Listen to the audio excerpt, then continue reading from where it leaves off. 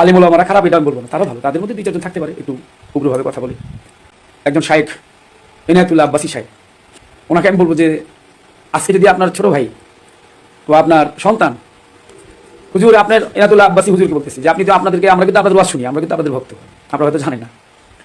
আমরা বিভিন্ন যারা আছে বড় বড় মাওলানা সাহেব যারা আছেন, শাইখ যারা আছেন আমাদের দেশে ওয়াজ করে, আমরা কিন্তু শুনি, সময় পেলে তাদের কথা শুনি, তাদের যে ভালো কথাটা এটা আমরা গ্রহণ করি, মন্দ যদি একটা কথা এদিক সেদিক হয় আমরা ওগুলো বর্জন করি।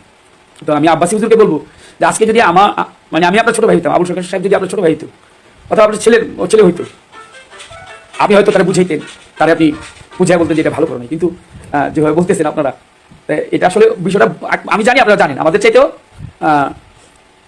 ভালো জ্ঞানী আপনারা, আমরা তো জ্ঞানী না, আমরা আসলে মূর্খ সূক্ষ্ম মানুষ, আমাদের বিদ্যা বুদ্ধি জ্ঞান কোনো কিছুই নেই। তা আপনারা বলেন আপনাদের তরফ থেকে আপনাদের যা মনে চায়, অসুবিধা নেই। তবে একটু বলবো যে আপনার যদি আজকে কাছের আমাদের যদি আমরা যদি আত্মীয় হইতাম, ছোটো ভাই হইতাম, কিংবা ছেলে সমতুল্য, আপনার ভাই সমতুল্য, ছোটো ভাই সমতুল্য, ছোটো ভাই একটা বেয়াদবি করবে, এটা বড় ভাই করতে বলে তার বুঝানো, তার ক্ষমা করে, তার ক্ষমাই তো ইসলাম ধর্মের একটা মূল ভিত্তি, তাই না? ইসলামের এই ভিত্তিটা তো রসুল অনেক ক্ষমা করে দিচ্ছেন, হিন্দারে পর্যন্ত ক্ষমা করে দিচ্ছে রসুল সাল্লাল্লাহু আলাইহি ওয়াসাল্লাম।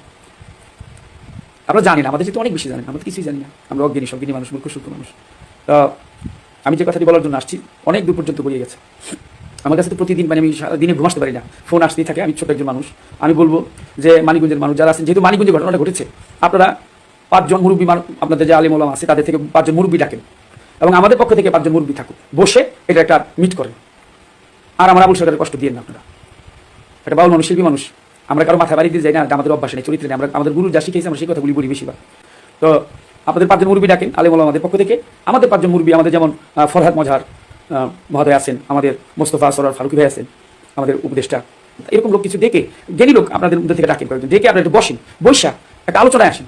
আমার মনে হয় আলোচনাটা করলে ভালো হইব, কারণ এই আলোচনা তো কোর্টে গিয়েও হবে, কোর্টে যখন যাবেন তখন 2 পক্ষই আপনার ওই 2 পক্ষের উকিল দাঁড়াবে, ওই পক্ষের উকিল আলোচনা করবে, এই পক্ষের বিপক্ষের উকিল আলোচনা করবে। তো যেহেতু আলোচনা হবে, এই আলোচনাটা আমরা বৈশা এক জায়গায় একটু প্রশাসনের লোক থাকবে, তাদেরকে নিয়ে এটাকে মিটমাটের একটা ব্যবস্থা করেন, এটা আমি করজোরে আপনারা মুরব্বী যারা আছেন, আলেম ওলামা যারা আছেন, আপনারা